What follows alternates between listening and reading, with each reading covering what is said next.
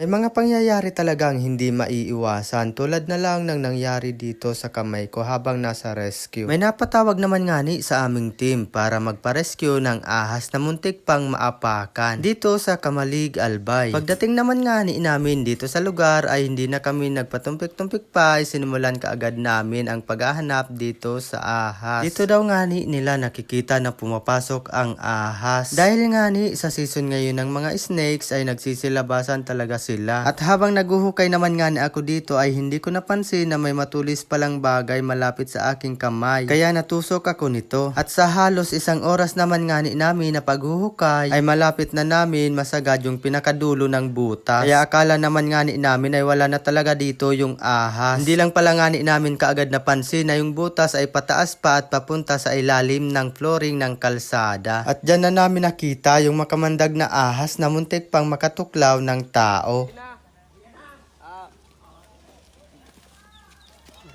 Sabi, ikaw daw sige, kaya yung nagduwa mo. Ito tayo pa ng bayo.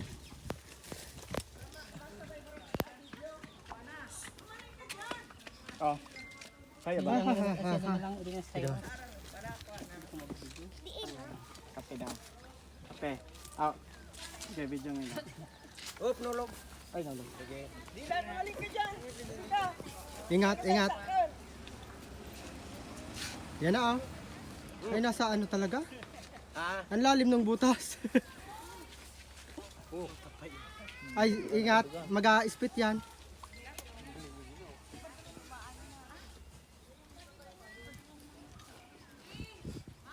Ano, dalawa? Ay, talagang nag-iluno pa yan, Ay, isa lang?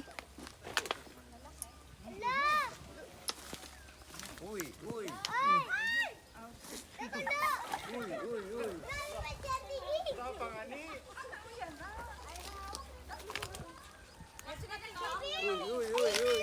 Ano Uy, kadak.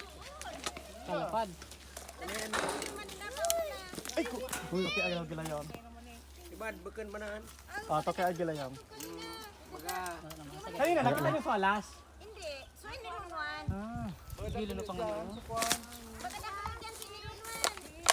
Kalapado na. Agad na lang kita butangan.